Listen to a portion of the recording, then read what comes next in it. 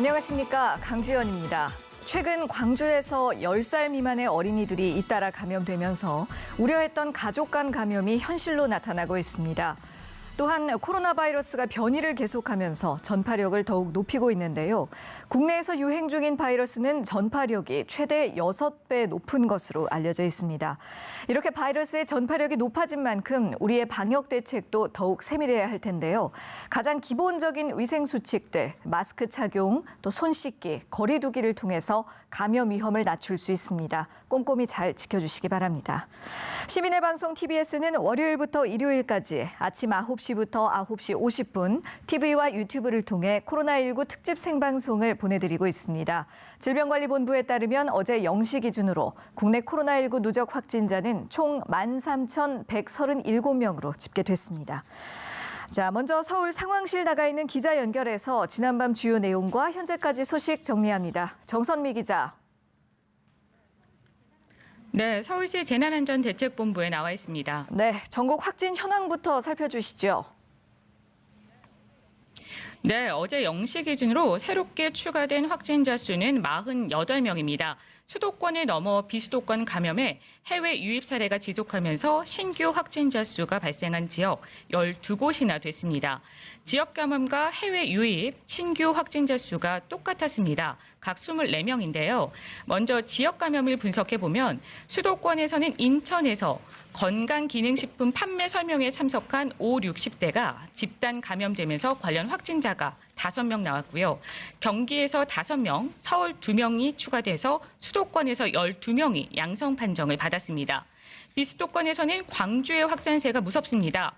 어제도 7명이 추가로 감염됐고 그 밖에 대전과 전남에서 각 2명, 충남에서 1명이 늘었습니다. 해외 유입 사례를 분석해보면 24명 중 절반 이상인 15명이 검역에서 확인됐고 대구에서 2명, 서울, 경기, 인천, 부산, 강원, 경북, 경남에서 각 1명씩 지역으로 돌아가 확진 판정을 받았습니다. 추정 유입 국가는 아시아 중 카자흐스탄이 8명, 러시아 4명, 파키스탄과 인도가 각 3명, 방글라데시, 카타르, 필리핀 각 1명 등 아시아에서 입국한 사례만 21명이고 미주에서 3명이 유입됐습니다. 누적 확진자 수 13,137명입니다. 사망자는 어제 전해드린 대전에서 격리치료를 받다 숨진 70대 여성이 포함되면서 284명으로 집계됐습니다. 치명률 어제 0시 기준 평균 2.16%입니다. 격리에서 해제된 환자가 16명 추가가 되면서 완치 판정을 받은 사람은 11,848명으로 늘었습니다. 네, 어제 신규 확진자 가운데서는 지역 감염과 해외 유입 사례 수가 같은 것으로 지금 설명을 해주셨는데 서울시 상황은 어떤지 좀 더 자세하게 전해주시죠. 네, 연일 2자릿수를 기록하던 서울시 코로나 신규 확진자 수가 한 자릿수로 떨어졌습니다. 서울시의 어제 0시 기준 발표엔 3명의 신규 확진자가 추가됐는데요. 어제 발표 전 방송에서 전해드린 관악구 왕성교회 신도 1명, 카자흐스탄에서 입국해서 서대문구에서 확진받은 30대 남성 1명, 그리고 감염 경로를 조사 중인 영등포구 확진자의 가족 1명, 이 3명이 0시 기준 집계에 포함됐습니다. 이후 오후 6시 서울시 발표에서도 확진자 수가 크게 늘진 않았습니다. 중랑구 일가족 관련해서 검사 결과를 기다리던 묵현초 확진 학생들의 아버지가 최종 양성 판정을 받았고 강서구 발산 1동의 확진자를 포함해서 감염 경로를 파악 중인 확진자 2명이 늘어 총 3명의 신규 확진자가 발생했습니다. 중랑구 일가족 확진은 이 가족의 처음 확진을 받은 환자, 교보생명 콜센터 근무자를 포함해서 가족 중 7명이 양성 판정을 받았고요. 교보생명 콜센터의 동료 2명이 감염돼 총 9명의 환자가 발생했습니다. 이 중 서울시 확진자는 8명입니다. 최초 확진자의 조카 3명이 다니는 묵현초등학교에 학생들과 교직원 660여 명의 검사를 받았는데 다행히 결과가 모두 음성으로 나왔습니다. 교보생명 콜센터 역시 확진 판정을 받은 동료 2명을 제외하고는 전원 음성 판정을 받았습니다. 서울의 누적 확진자 수는 1,375명입니다. 격리 중인 환자는 254명, 완치 판정을 받고 퇴원한 사람은 1,110명입니다. 네, 이 학교와 콜센터가 모두 집단 감염으로 이어질 위험이 높은 장소인데 대부분 음성 판정을 받았다고 하니까 그나마 다행이군요. 또 이 코로나19가 장기화하면서 의료진의 피로 누적도 상당히 걱정인데요. 서울시가 의료진에게 휴가를 준다면서요. 네, 맞습니다. 서울시는 의료진의 피로도를 해소하고자 특별 휴가를 계획했습니다. 7개 시립병원과 25개 구의 자치구 보건소 코로나19 대응 인력에 1인당 3일씩 특별 휴가를 줄 계획이라고 어제 밝혔습니다. 병원별로 또 자치구 보건소별로 인력 운영 계획을 수립해서 선별 진료소 운영에는 차질 없이 특별 휴가를 시행한다는 방침입니다. 예, 코로나와의 이 최전선에서 힘들게 애를 쓰고 있는 의료진들에게 어떤 단비 같은 좀 충전의 시간이 됐으면 좋겠습니다. 그런데 이렇게 힘들게 애쓰는 분들이 있는 반면에 자가격리 수칙을 어기는 분들도 또 적지 않다고요. 네, 제가 어제 자가격리 중에 미국을 다녀온 사례를 전해드리면서 네. 서울에서 격리 조치를 어기는 환자가 가장 많다고 전해드렸는데요. 경찰이 자가격리 위반 혐의 사건 121건을 수사했고 그중 72명을 검찰에 송치했습니다. 이 중 2명은 구속 상태로 검찰에 넘겨졌습니다. 또 5월 25일부터 적용된 대중교통 마스크 착용 의무화 이후 마스크를 쓰라고 했다가 대중교통 기사를 폭행하거나 지하철에서 난동을 부려서 지하철이 멈춰서기도 했었는데요. 현재까지 마스크 착용 의무와 관련해서 총 500건이 넘는 신고가 접수가 됐고 이 중 40건에 대해서 수사 중이라고 합니다. 서울경찰은 마스크와 착용과 관련해서는 폭행이나 운행 방해 등이 발생하면 정도에 따라서 구속영장을 신청하는 등 엄정 대응하겠다고 밝혔습니다. 지금까지 서울시 재난안전대책본부에서 전해드렸습니다. 네, 정선미 기자 수고하셨습니다. 계속해서 코로나19에 대해 좀 더 자세한 이야기 나눠보겠습니다. TBS 보도본부의 이강훈 기자와 함께합니다. 어서 오세요. 안녕하세요. 예, 앞서서 그 상황실에 나가 있는 정선미 기자와 함께 서울과 수도권 상황 좀 자세하게 짚어봤고요. 계속해서 다른 지역 상황들도 살펴봐야 할 텐데요. 네. 우선 그 집단 감염이 발생했던 대전 지역의 한 의원 상황부터 짚어보도록 할까요? 네, 대전광역시 서구 정림동에 있는 지역 의원이었죠. 더 네. 좋은 의원이라는 이름의 이제 동네 의원이라고 할 수 있는데 이 의원에 근무하는 40대 간호조무사가 닷새 전인 지난 예. 2일에 확진 판정을 받았었죠. 이후에 접촉자들의 집단 감염이 이어지고 있습니다.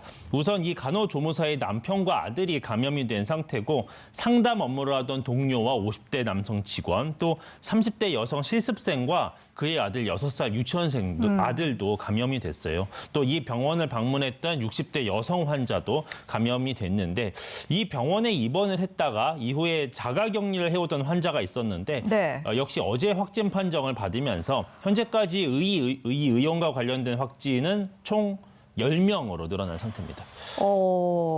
이게 그 일반 시민도 아니고 네. 간호사 신분이라고 한다면 사실 이 사태가 이렇게 확대되기 전에 좀 대처를 잘 했어야 하는 게 아닌가 싶은 생각이 드는데요. 네네. 이 감염 상태로 병원에서 계속 근무를 했었다는 것이 지역 사회에도 큰 충격일 것 같고 또 네. 방역 당국도 부담이 크겠습니다. 네, 당연합니다. 이 간호조무사는 이 감염 증상이 좀 감지가 됐는데도 네. 해열제를 먹으면서 증상을 달랬던 경우죠. 어허. 이런 상태로 며칠 출근을 한 것이 문제인 건데 예. 이 대전시 보건복지국은 이 의원뿐만 아니라 이 간호조무사 그리고 이 의원 자체도 이제 직원이나 환자를 상대로 방역 조치가 많이 미흡했다라고 규정을 하고 있고요. 네. 법적 조치를 검토하고 있는 상태입니다.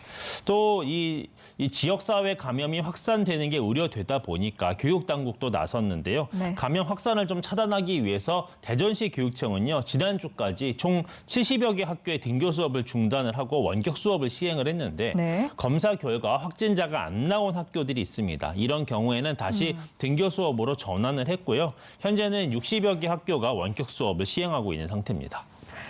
그래요. 사실 코로나 사태가 이렇게 장기화되면서 의사, 간호사, 정말 의료인들의 고생이 많습니다. 국민 모두가 감사한 마음을 가지고 있죠. 하지만 이렇게 미숙한 대처로 오히려 집단 감염의 원인이 돼버린다면 또 그만큼 더 무거운 책임을 져야 하는 부분도 있지 않을까 싶습니다.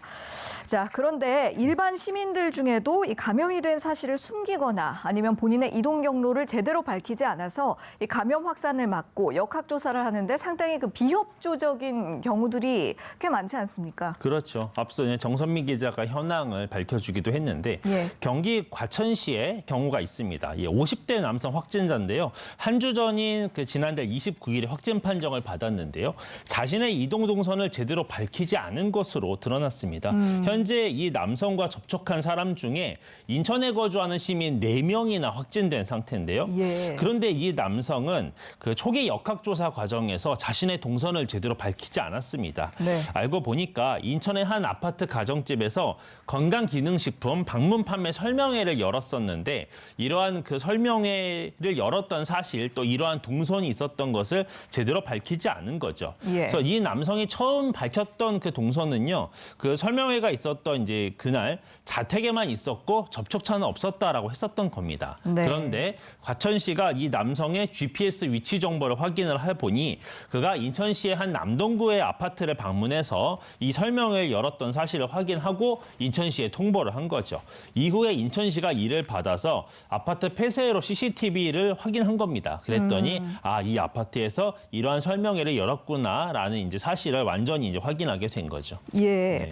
지금 이 조사 과정을 들어보니까 거의 뭐 범죄 수사 수준의 방법들이 동원이 되었고, 네. 예, 그만큼 이 위중한 사안이라는 것인데 그렇다면 이 동선을 속인 부분에 대해서 이 확진자에게 방역 당국이 책임을 물었습니까? 네, 아직 조치는 안 했지만 검토를 하고 있습니다. 네. 아무래도 이제 동선을 숨겼다라는 거는요, 방역 당국의 어떤 원활한 또는 정상적인 방역 행정을 방해하는 걸로 그렇죠. 규정할 수가 있죠. 그래서 인천시와 과천시는 이 남성을 감염법 예방 및 관리에 관한 법률 위반 혐의로 고발하는 방안을 논의하고 있습니다. 예, 그렇군요.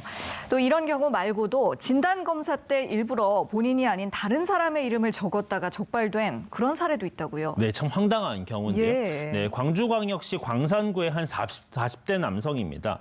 이 지역 내 확진자와 밀접 접촉해서 자가격리 대상자로 분류가 됐는데 격리 지침을 위반한 것으로 확인이 됐습니다. 네. 특히 이 남성은 진단 검사 때 검체 신청서를 작성하는 과정에서 자신이 아닌 다른 사람의 이름을 적은 것이 확인이 됐는데요. 네. 이 남성은 지난 5일부터 2주간 자택격리 대상자로 등록이 됐는데 방역당국과 경찰의 조사 결과 어제 자가격리 애플리케이션 설치를 거부한 뒤 자신이 운영하는 광주시 북구의 한 사업장을 오간 것으로 드러났고요. 네. 광산구는 격리 지침을 어긴 이 남성을 역시 감염병 예방 관리에 관한 법률 위반 혐의로 경찰에 고발하기로 했습니다. 네, 정말 이 코로나19 관련해서 갈수록 여러 가지 사례들이 발생을 하고 있는데요. 네. 또 확진 판정을 받은 시민이 잠적을 해서 경찰이 찾고 있다는 그런 소식도 있군요. 네, 오늘 소식입니다. 역시 광주광역시인데요. 동구 용산동에 거주하는 60대 남성입니다. 코로나 확진 판정을 받은 뒤에 오늘 오전 잠적을 한 것으로 전해졌는데요. 네. 이 남성은 광주 지역의 85번 확진자와 접촉해서 진단 검사를 받았고요. 보건당국으로부터 확진이 됐다라고 전화로 통보를 받고 나서 잠적을 한 겁니다. 네. 이 남성은 더는 삶의 의지가 없다라는 취지의 말을 남긴 것으로 전해졌는데요. 경찰이 지금 이 남성의 행방을 찾고 있습니다. 예, 알겠습니다.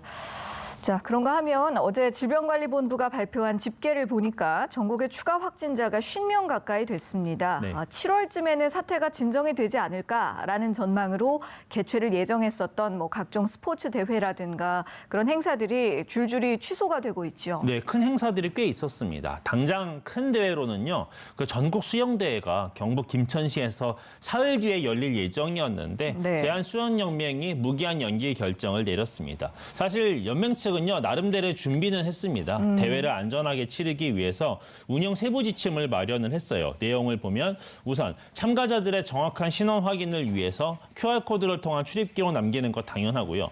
또 전 종목을 유튜브로 중계를 하는 방안, 또 사람들의 밀집하는 것을 막기 위해서 이동 동선을 완벽히 분리하는 방안 등을 다 대책을 준비했는데 예. 전국의 감염 확산세가 워낙 세다 보니까 연기 결정을 내렸고요. 대한체육회 경우에도 제101회 전국체육대회, 또 제49회 전국소년체육대회, 그리고 2020 전국생활체육대축전과 같은 큰 행사들이 있었는데 올해 개최하지 않기로 결정을 했습니다. 예, 그만큼 아직까지도 국내의 확산세가 여전하고 네. 또 계속해서 줄어들 기미를 보이지 않고 있다는 의미인데요. 네. 그래서 어제 대한의사협회에서도 정부가 다시 강도 높은 사회적 거리두기 조치에 나설 것을 권고하기도 했죠. 네, 최근에 밝혔던 메시지들 중에 가장 수위가 높았습니다. 네. 대한의사협회가 어제 온라인 기자회견을 열었죠. 사회적 거리두기가 완화되는 이런 시점에서 상당히 우려하는 것들이 현실화되고 있으니 다시 이 조치를 강화해야 된다라는 메시지였습니다. 우리 최 회장이 메시지를 밝혔는데 가을과 겨울이 오기 전에 다시 한번 폭발적인 감염 확산이 수도권이나 대도시를 중심으로 이뤄질 가능성이 높다라고 했죠. 그래서 정부는 사회적 거리두기 강화 그리고 등교 중지 등의 모든 조치를 고려한다라고 했습니다. 지금 학교들 같은 경우에는 방학이 7월 말로 예정돼 있는데 추가적인 조치가 필요하다라는 교육 당국에 대한 메시지로 필요할 수 있고요. 예. 또 최 회장이 이런 메시지도 밝혔습니다. 무증상 감염에 대한 우려인데요. 현재 무증상이 많은 코로나19 특성상 수면 위로 드러나지 않은 확진자 외에도 다수의 무증상 감염자가 이미 존재하고 있다. 그래서 지역별로 정기적으로 이 시민들을 상대로 전 표본 조사, 항체 조사를 해야 되지 않느냐라는 권고까지 했습니다. 예, 말씀해 주신 대로 이제 그 의사협회에서도 지금까지보다 꽤 강력한 메시지를 던진 것인데 네. 그동안 많은 전문가들이 지적했던 부분들 아닙니까? 어떤 네. 표본 검사라든가 사회적 거리두기의 강화라든가 네. 예, 여러 가지 이제 측면들을 잘 고려해서 방역 당국이 좀 결단을 내려야 할 시점이 아닌가 싶습니다. 자, 계속해서 해외 상황도 좀 살펴볼까요? 네. 미국의 누적 확진자가 300만 명을 넘겼다는 소식이 있습니다. 네, 상당한 숫자입니다. 네. 우리 질병관리본부 집계에 따르면요. 어제를 기준으로 전 세계 확진자가 1,132만여 명, 사망자가 53만 2천 명으로 기록이 됐는데요. 그중에 미국의 상황을 보겠습니다. 통계 집계 사이트 월드오미터가 현지 시간으로 어제 집계를 했는데 미국 내 누적 환자 수 300만 7천 명으로 집계했습니다. 네. 누적 사망자 수는 13만 2천여 명인데요. 이 숫자를 보면은요. 전 세계 확진자 또 전 세계 사망자와 대비했을 때 4분의 1 수준인 겁니다. 미국에 굉장한 몰려 있는 규모인데요. 거죠. 그렇죠. 네. 예. 환자 수가 300만 명이 넘었다. 지금 단일 국가에서 나온 것인데 예. 뭐 역시나 뭐 다른 어떠한 나라들보다도 가장 숫자가 많은 건 당연하고요. 예. 우리 미국 전체 인구가 3억 2,900만 명인데 이 전체 인구 대비로 봤을 때 약 1%에 해당하는 수준인 거죠. 그럼 100명 중에 한 명은 명 꼴인 거죠. 감염이 됐다는 소리네요. 그렇죠. 예. 네. 그 정도면 이제 주변에서 아주 쉽게 찾아볼 수 있는 그런 네네. 수준으로 감염자가 많을 것인데 미국이요. 이 감염자가 처음 나왔던 게 지난 1월입니다. 워싱턴주 시애틀인데 168일 만에 환자 수가 지금 300만 명을 넘게 된 겁니다. 첫 환자가 발생했던 지난 4월에 100만 명을 이제 넘길 때까지 석 달 남짓 이제 걸렸던 거죠. 이후에 40여일 정도가 걸려서 200만 명을 넘겼고 예. 다시 한 달 만에 100만 명을 넘겼으니까 지금 100만 명씩 늘어나는 사이 그 시간 간격이 조금씩 줄어들고 있는 상황이죠.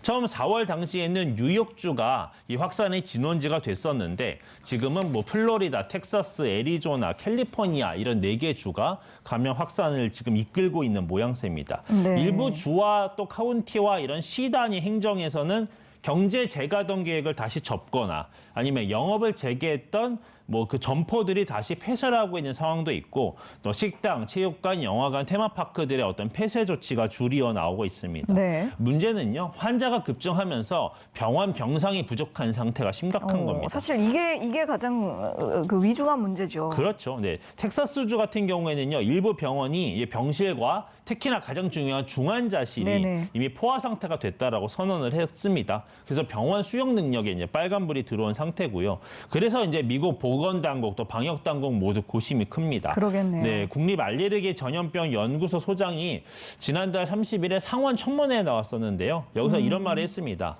지금 상황을 이전으로 되돌리지 못하면 하루 확진자가 10만 명까지 늘 수 있다. 그렇게 되더라도 나는 놀라지 않을 것이다. 라는 개인적인 전망을 내놨는데 예. 현재는 지금 미국 하루 확진자 수가 4만 명씩 늘고 있지 않습니까? 네. 10만 명이라는 숫자로 올라선다면 정말 큰 사태일 수는 있는데 그렇게 될 가능성도 있어서 예. 미국 내에서 상당히 우려의 목소리가 큽니다. 지금 그렇게까지 사태가 더욱더 악화할 가능성도 있다는 이야기인 것이죠. 네.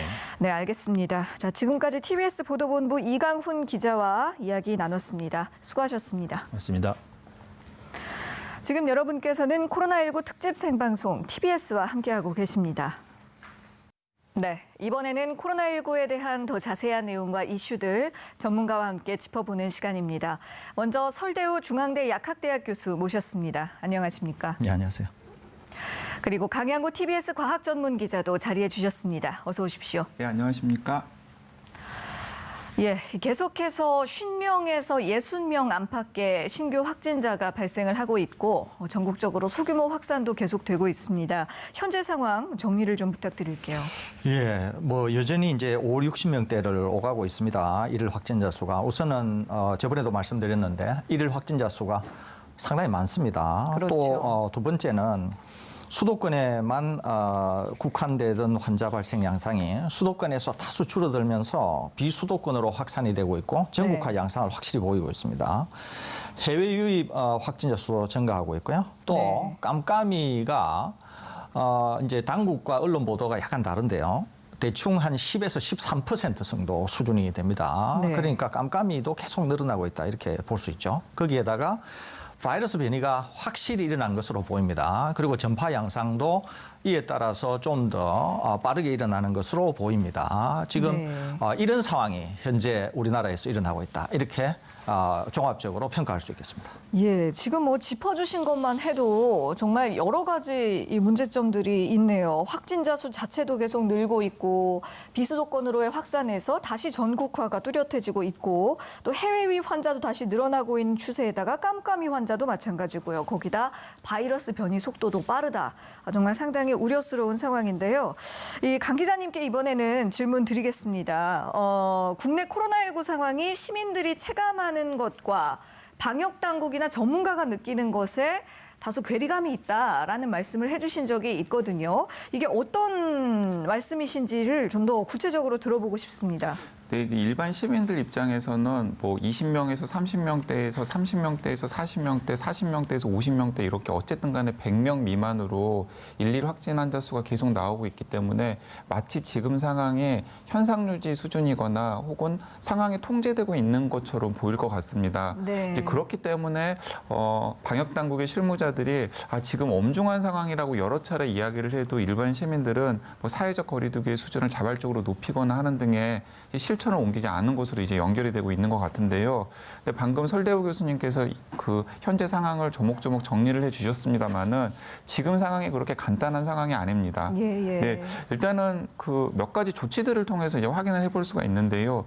제가 산발적으로 몇 차례 말씀을 드렸긴 했습니다만은 일단은 사회적 거리두기 1단계, 2단계, 3단계로 조정을 했지 않습니까? 네. 이것은 무슨 말이냐면 방역 당국이 언제든지 쉽게 2단계나 3단계로 격상할 수 있도록 그런 조치를 한 것으로 보입니다. 그러니까 이미 방역 당국은 지금 1단계에서 2단계로 혹은 2단계로 3단계로 갈 수 있는 가능성을 염두에 두고 있다는 것입니다. 예. 그리고 또 그 시민들이 아셔야 될 게 이 방역 당국의 실무자들은 굉장히 지금 공포심을 가지고 있거든요. 그렇기 때문에 계속해서 이 지방자치단체나 방역당국의 행정 책임자들에게 요구를 하고 있는 것이죠.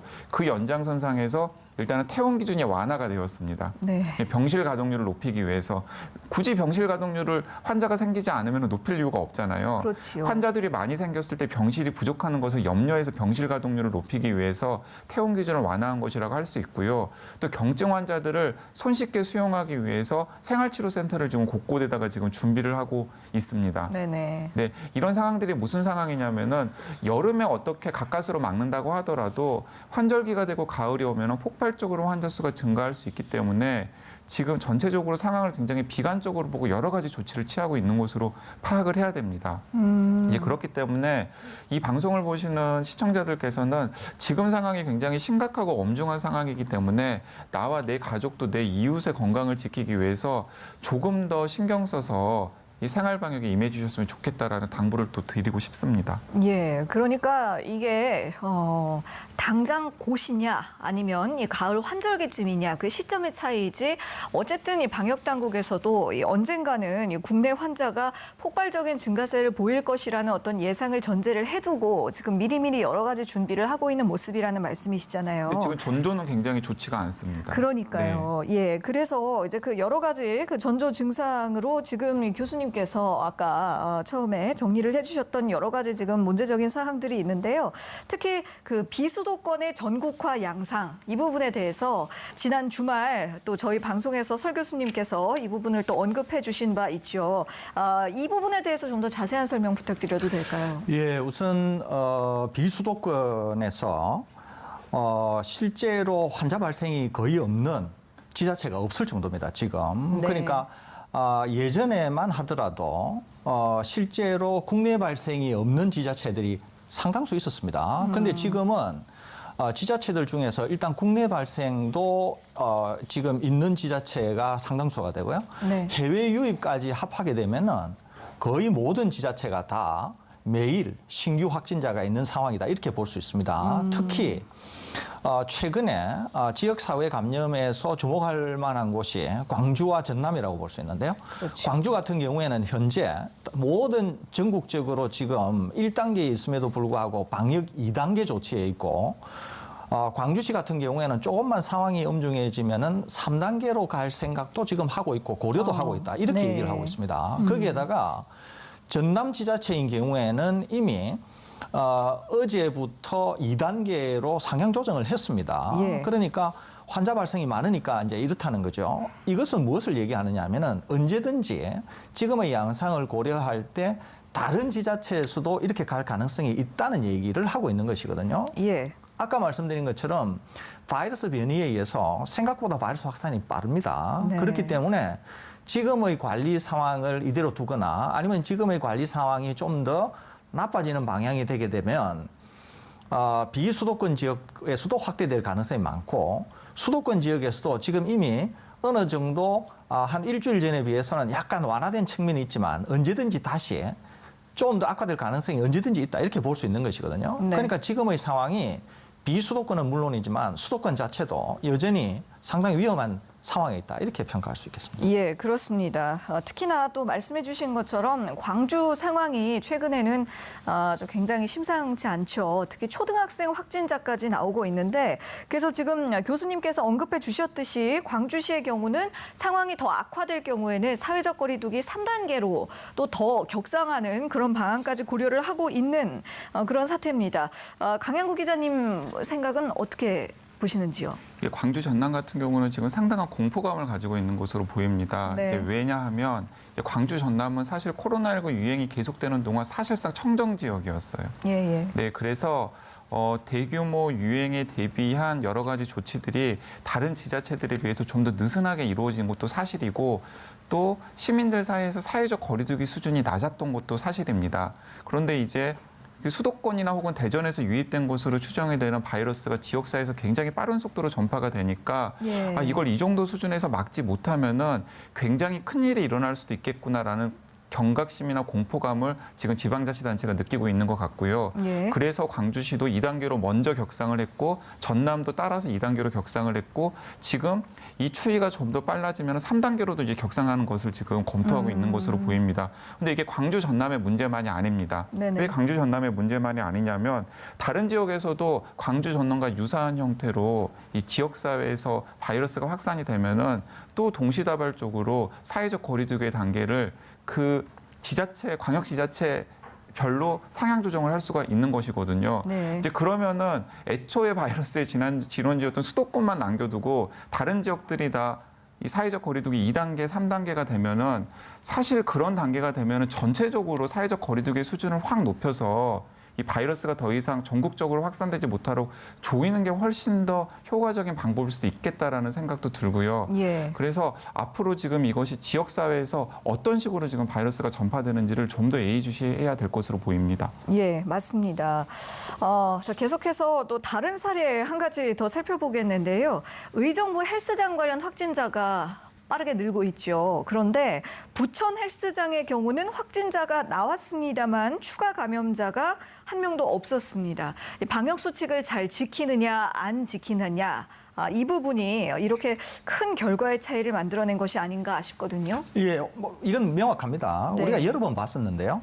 기본에 얼마나 충실한가 하는 게 결정적이다 이렇게 볼 수 있는 네, 것이거든요. 맞습니다. 의정부 같은 경우에는 일단 헬스클럽을 통해서 19명이 확진이 되었고 이분들의 지인이나 가족을 통해서 지금까지 거의 한 28명 정도가 확진이 된 상황입니다. 네. 그런데 부천 헬스장인 경우에는 한 명만 확진이 되었고 실제로 접촉을 했거나 아니면은 그 헬스장을 사용했다고 생각되는 91명 전원이 음성이 나왔다는 거죠. 예. 그러니까 조사를 해보니까 그러면 부천 이 상황에서는 어떻게 한 명 이외에는 나오지 않았는가, 추가적으로 나오지 않았는가 조사를 해보니까 우선 마스크 착용을 했고 또 소독이나 환기를 상당히 철저히 지켰고 예. 그다음에 출입하시는 분들에 대한 발열 체크 또 내부에서 운동을 하실 때에도 거리두기를 하는 등 네네. 기본에 매우 충실했다는 거죠. 그러니까 우리가 언제나 알 수 있는 것은 기본에 충실하면은 네. 이 자체가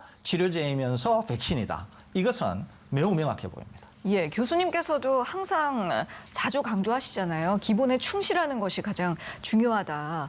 그런데 아무래도 코로나19 상황이 계속 장기화되고 또 사회적 거리두기 1단계에다가 최근 날씨도 많이 더워지면서 이런 여러 가지 이유 때문에 사회적 분위기가 전반적으로 좀 방역에 느슨해진 것이 아닐까 싶은 우려가 듭니다. 그런데 실제로 감염이 됐다가 완치된 한 20대 남성이 자신의 투병 생활을 한마디로 죽다 살아난 기분이다라고 표현했거든요. 젊은 층에서는 사실 자신들이 코로나19에 감염이 되더라도 간단하게 뭐 감기 정도의 증상을 앓는다 이렇게 생각하는 경우들이 많은데 그게 아니라는 생각이 드네요. 네, 터키에서 귀국한 분 중에서 젊은 분인데도 불구하고 굉장히 중증으로 이어져서 고생을 하신 분이 있습니다. 네. 제가 이제 그분과 인터뷰를 한 적이 있었는데요.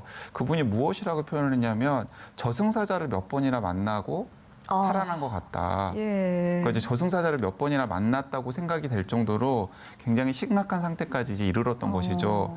근데 이제 이게 이렇게 간단하지가 않습니다. 일단은 무서운 게 방송에서 우리들이 여러 차례 확인을 했습니다마는 80대 이상의 고령자를 같은 경우에는 바이러스에 감염되면 4분 중에 1분이 돌아가십니다. 네. 근데 80대 남성의 경우에는 3분 중에 1분이 돌아가셔요. 그러니까 이게 엄청나게 무서운 것입니다. 그리고 70대 어르신들 같은 경우는 10분 중에 1분이 돌아가십니다. 네. 그리고 65세 이하의 연령대의 경우에는 상대적으로 그 이상보다 중증 환자의 숫자들이 적긴 합니다만은 누가 중증으로 이어질지는 알 수는 없습니다. 네. 그러니까 65세 이하의 젊은 분들 중에서도 가볍게 앓고 지나가는 분들이 대부분이긴 합니다만은 아까 터키에서 귀국한 그 20대 환자처럼 굉장히 중증으로 이어질 가능성이 있거든요. 그렇죠. 그분들 같은 경우에는 저승사자를 몇 번이나 만났다고 표현을 할 정도로 굉장히 고통을 겪다가 네. 겨우 완치된 사례들이 드물게는 있고요. 예. 그리고 이제 더 이런 것도 한번 생각을 해보시면 좋겠습니다. 예를 들어서 저는 가볍게 앓고 지나갔었단 말이에요. 네네. 근데 만약에 나를 통해서 아버지나 어머니나 할아버지나 할머니가 감염이 되어서 돌아가셨어요. 나의 가족들에게. 나의 가족들에게 그러면은 평생 그 고통을 어떻게 안고 그러니까요. 살아갈 거란 말이죠. 네네. 그러니까 이런 것들을 염두에 둔다면은 이 코로나19 바이러스가 그냥 우습게 보고 나만 괜찮으면 괜찮지라고 그 생각할 질환이 절대 아니라는 걸 다시 한번 강조드리고 싶습니다. 예, 그렇습니다. 고령층은 워낙 이 코로나 사태 초기부터 이 고위험군이라는 사실이 널리 알려져 있었기 때문에 이 질병에 대한 어떤 두려움을 가지고 많이들 조심을 하시는 추세인데 그에 비해서 이 젊은 층, 일반화할 수는 없겠습니다만 어쨌든 그 젊은 층의 사람들은 약간 그 경각심이 느슨해진 것이 사실인 것 같아요. 하지만 지금 말씀해 주신 것처럼 본인과 또 본인 그 주변 가족들의 건강을 생각해서 조금 더 경각심을 강화할 필요가 있다고 보여집니다. 자, 최근 추이를 다시 살펴보겠습니다. 최근에는 해외 유입 사례가 다시금 좀 늘고 있고요. 어제는 국내 발생과 해외 유입 사례 확진자 수가 같았거든요. 이렇게 계속 해외 유입 비중이 늘어나는 것 또한 걱정스러운 부분인데요. 어떻습니까? 예, 이제 말씀하신 그대로입니다. 이제 오늘부터 지난 한 달로 되돌아가 보면서 한 달을 2주 간격으로 2개로 쪼개면 앞쪽 2주가 있을 거고 이제 뒤쪽 2주가 있겠죠. 네. 이렇게 해서 이제 해외 유입과 지역 사회 감염을 확인을 해 보니까 해외 유입인 경우에 지금부터 앞쪽 2주 쪽에는 한 10명 나왔다고 하면 뒤쪽 2주 그러니까 지금으로부터 2주 전에는 예. 거의 한 16명이 나왔습니다. 네네. 그러니까 상당히 늘었죠. 대신 지역 사회 감염은 다소 이제 준 측면이 있습니다. 그러니까 해외 유입에서 늘어나면서 지역 사회 감염이 약간 줄면서 상쇄 효과가 있기는 합니다만은 일단 해외 유입은 늘어났다 이렇게 볼 수 있습니다. 그런데 네. 이제 문제는 뭐냐면 제가 저번에 말씀드린 것처럼 실제로 지역 사회 감염이 훨씬 중요합니다. 방역이라고 하는 관점에서 왜 그러냐? 네네. 그것은 깜깜이 환자 때문에 그렇습니다. 그러니까 해외에서 유입되시는 분들은 숫자가 좀 늘어난다고 하더라도 깜깜이는 아니라는 거죠. 아하. 그것이 공항이 검역이 되었던 예. 아니면은 뭐 격리 중이든 우리가 충분히 추적이 가능한 상황에서 이제 확인이 되기 때문에 지역 사회로의 감염 확산은 낮다 이렇게 볼 수 있습니다. 그러니까 네. 오히려 국내 발생에서 국내 순수하게 발생되는 것이 더 위험하다 이렇게 볼 수는 있죠. 그럼에도 불구하고 해외 유입에 점점 우리가 신경을 써야 되는 이유가 있습니다. 예. 그것은 국내 발생이 많아지면서 병상 부족 문제가 계속 대두가 되고 있습니다. 네. 그런데 이제 해외에서 유입하는 분들이 깜깜이는 아니고 추적이 가능한 측면은 있지만 이분들이 이제 가용 가능한 병상을 잡아먹는다고 하는 이제 치료라고 하는 관점에서 볼 때는 이분들이 주는 부담도 이제 상당히 커질 수 있다. 이런 얘기가 되는 네. 겁니다. 그렇기 때문에 만일에 이분들 중에서도 중증에 빠진다거나 아니면 이분들 중에서도 숫자가 늘어난다거나 그러면은 가용 가능한 병상은 정해져 있는데 예. 이분들로 인해서 병상이 점유가 되게 되면은 국내에서 생긴 환자, 국내 분들의 환자를 이제 치료하는데 어려움이 생길 수 있는 것이죠. 네네. 그렇기 때문에 당국에서도 이런 점을 이제는 점점 고민해야 될 시점에 있지 않나 이렇게 생각이 됩니다. 예, 그런데 또 이런 질문도 드리고 싶습니다. 교수님 말씀처럼 공항 검역이 상당히 강화된 상태고 일반적으로 해외 유입 사례의 경우에는 방역 당국의 통제 안에서 잘 관리가 되고 있다고 생각을 하는데 그런데 얼마 전에 이런 사례가 있었잖아요. 그 미국에서 입국해서 자가격리 중이던 강남 지역의 한 20대가 자가격리 기간에 미국을 다녀왔단 말이죠. 이 자가격리 중에 장소를 이탈한 것도 문제인데 미국으로 해외로까지 다녀왔다는 사실이 정말 충격적이었거든요. 그렇다면 이런 그 해외 입국자에 대한 이런 관리가 문제가 없는 것이 맞습니까? 네, 저도 이 뉴스를 보고 깜짝 놀랐는데요. 그러니까요. 이제 어떻게 이런 일이 있을 수 있을까 네네. 깜짝 놀랐습니다. 그런데 이제 생각을 해보면은 충분히 가능한 일인 게 왜 가능한 일이냐면 일단은 그 자가격리 대상자들 출국 금지시키지는 않고 있거든요.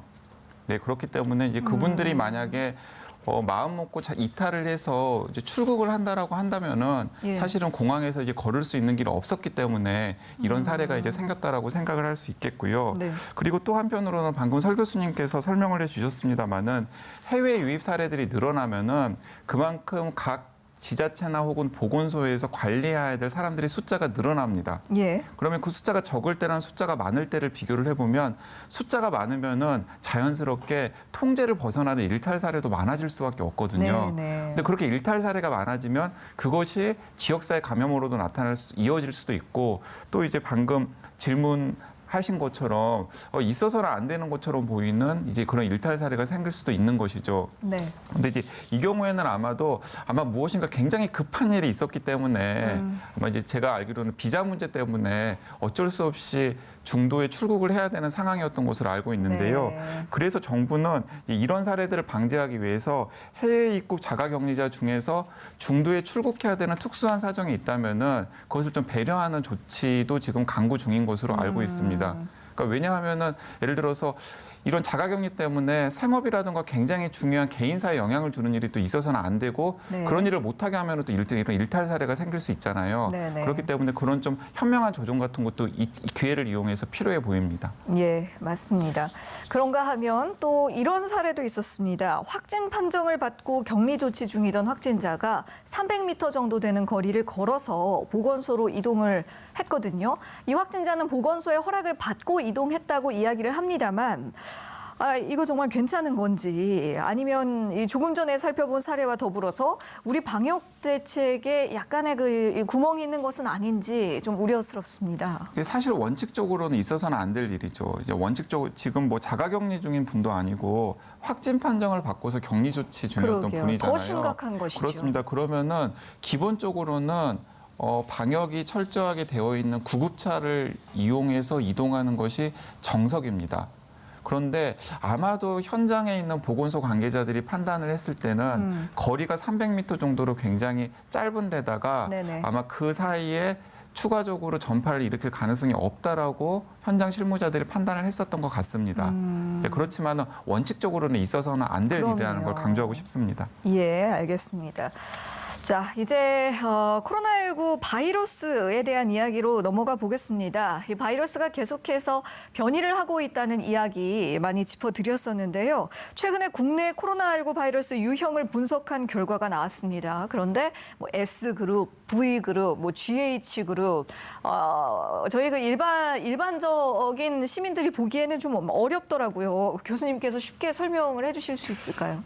예, 이제 원래는 초기에 이제 ABC 그룹 또는 이제 SLV 그룹 이렇게 나눴었는데요. 네. 그러니까 WHO가 변이가 계속 생기니까 이제 WHO가 좀 더 확실하게 옛날에 ABC 그룹이 아니라 SLV 이제 G 그룹으로 이렇게 명확히 구분을 했습니다. 그러는데 쉽게는 SLV 그룹은 예전에 초기에 그러니까 우리로 치면은 이태원 클럽 사태 이전에 주로 유행하던 바이러스다 이렇게 이해하시면 될 것 같고요.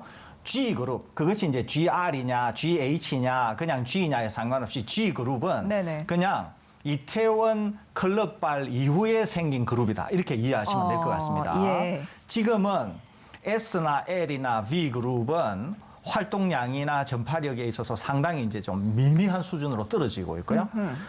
지금 우리나라에 있어서 메이저, 그러니까 주류 그룹이 되고 있는 게 지금 GH그룹이라고 볼 수 있습니다. 특히 그러는데 이 GH그룹인 경우에는 스파이크 단백질이라고 하는 매우 중요한 돌기 부분의 614번째 아미노산이 D폼에서 G폼으로 바뀐 게 특히 중요한데요. 이럴 경우에는 이 GH가 상당히 전파력도 높고 또 전파력도 심지어 한 6배 정도 높다. 이런 연구 결과가 있습니다. 그리고 우리나라에서도 지난 이태원 이후에 쭉 사례를 조사를 한 560건 정도를 530여 건 정도 유전자 분석을 했는데 이 중에서 지금 거의 66%에 이르는 것이 GH그룹. 그러니까 614번째 아미노산이 D폼에서 G폼으로 바뀐 거다. 이런 얘기죠. 이게 이제 연구에 의하면은 전파 확산 속도가 한 6배 정도 높다. 이러는 거죠. 네. 더더구나 지금 이 GH, 지금 우리나라에서 메이저를 형성하고 있는 이것이 지금 전 세계에서 확산이 매우 광범위하게 일어나고 있는 국가들, 유럽이라든지 미국이라든지 인도라든지 남미라든지 아프리카라든지 이런 데서 대규모 확산이 일어나고 있는 국가들의 유형과 일치하는 유형이거든요. 그만큼 전파력이 높기 때문에 지금 확산세가 가장 강한 국가들에서 GH 유형이 가장 주요한 것이군요. 그렇게 보입니다. 예. 그러니까 우리나라에서도 주류, 즉 메이저 폼으로 GH 그룹인데 그러니까 확산 속도가 상당히 빨라 보입니다. 더구나 이제 이 이제 확산 속도가 빨라지는데 연구에 의하면은 병원성, 그러니까 중증으로 빠진다고 하거나 사망에 이르는 것은 큰 차이가 없다. 이런 연구 결과는 일단 있어요. 그럼에도 불구하고 이게 왜 중요하냐 하면 감염자 숫자가 많아지게 되면 감염자 숫자에서 중증으로 빠지는 환자가 5%일 경우에는 중증의 비율 자체가 이제 달라진다는 거죠. 네. 옛날인 경우에는 100명을 감염시킬 바이러스가 지금은 600명을 감염시키는데 각각에서 5%면은 벌써 중증으로 빠지는 환자가 많아지지 않습니까? 네. 그런 점에서 본다고 하면 지금의 이 변이가 상당히 주목해 봐야 될 것 같고 향후에 더 확산이 될 경우에는 그런 점에서 우리나라에도 상당히 부담을 줄 그런 변이 형태다. 이렇게 평가할 수 있겠습니다. 예, 그러니까 좀 간략하게 정리를 해보자면 뭐 SLV 그룹은 우리나라의 경우는 이태원 사태 이전에 이제 유행을 주도했었던 유형이고 이태원 사태 이후에는 주로 이제 G 그룹의 바이러스가 지금 확산이 되고 있는 것인데 그 중에서도 특히 GH 그룹으로 분류되는 바이러스들이 요즘에 그 이슈가 되고 있는 전파력이 6배가 높다. 뭐 이렇게 이야기가 되고 있는 유형인 것이잖아요. 그 방금 정리하신 대목이 또 특히 또 중요한 의미를 가지고 있습니다. 네. 어떤 의미를 가지고 있냐면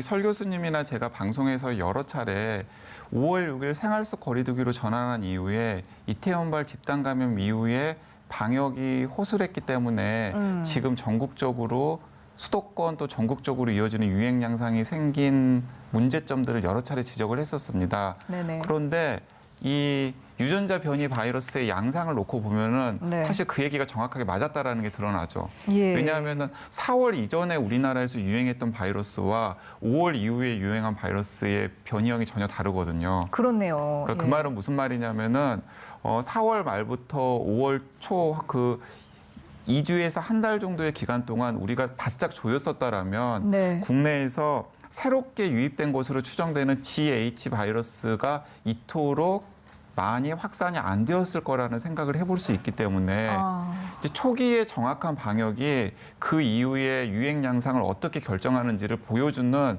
반면교사의 사례라고도 생각할 수 있겠습니다. 예. 그런 것들을 또 보여주는 중요한 지표라고 생각합니다. 네, 말씀해 주신 것처럼 그 이태원 사태 초기에 황금 연휴 이후에 이 GH 바이러스의 확산을 그때 초기에 확실히 잡지 못했기 때문에 네. 더군다나 이 GH 바이러스의 어떤 확산 전파력이 그만큼 또 더 강하기 때문에 지금 사태가 이렇게 악화 일로를 걷게 된 것이다. 예, 이렇게 보고 계신 것이죠. 그러면 이번에는 강 기자님께 마지막으로 질문 하나 더 드릴게요. 이 코로나19 바이러스가 공기로 전염될 수 있다는 주장을 지금 세계 일부 과학자들이 하고 있는데 어제도 저희 방송에서 간단히 짚어주셨지만 조금 더 말씀 들어보고 싶습니다. 네, 그 방송 시작 전에 설 교수님하고도 이제 잠깐 이제 과학적인 토론을 나눠봤는데요. 뭐 설 교수님과 저랑 같은 의견입니다. 이건 사실은 우리나라에서는 전혀 걱정을 할 필요가 없는 내용입니다. 예. 이게 왜냐하면 외국 같은 경우에는 환자들이 굉장히 많고 그리고 또 마스크를 쓰고 다니지 않는 사람들이 굉장히 많기 때문에 네. 마치 사후에 역학조사를 해보면 이거 공기를 통해서 전염된 것이 아니야? 라고 오해를 살 정도의 일들이 생긴 것이죠. 그래서 그렇기 때문에 마스크를 좀 착용하고 다니라고 하는 메시지를 전하기 위해서 네. 이 과학자들이 그런 사례를 모아서 이 실내라든가 혹은 병원 같은 곳에서는 공기 감염도 될 수 있으니까 제발 마스크 좀 착용하게끔 해달라라고 이런 공개 서한을 보낸 것이라고 생각을 합니다. 그런데 우리나라 같은 경우에는 이미 마스크를 많이 착용하고 다니시잖아요. 네. 그렇기 때문에 그런 사례와 전혀 다르게 판단을 해야 된다라고 생각을 합니다. 제가 이제 한 가지 과학적인 그 증거를 하나 드리면 아마 확실하게 이해가 되실 텐데 예를 들어서 공기 감염으로 전파된다라고 이미 확증이 된 홍역이나 결핵 같은 경우에는 한 사람이 10명에서 20명 정도를 전파시킵니다. 네. 네, 그렇기 때문에 지금 만약에 이 코로나19 바이러스가 우리가 이렇게 말을 하는 중에서도 공기로 전파가 된다면은 네네. 지금과 같은 유행의 양상보다 훨씬 더 폭발적으로 환자들이 발생해야 맞습니다. 예, 그렇군요. 알겠습니다. 지금까지 설대우 중앙대 약학대학 교수 강양구 TBS 과학전문기자와 함께했습니다. 수고하셨습니다. TBS 특집 생방송 코로나19를 마칩니다. 시청해 주셔서 고맙습니다.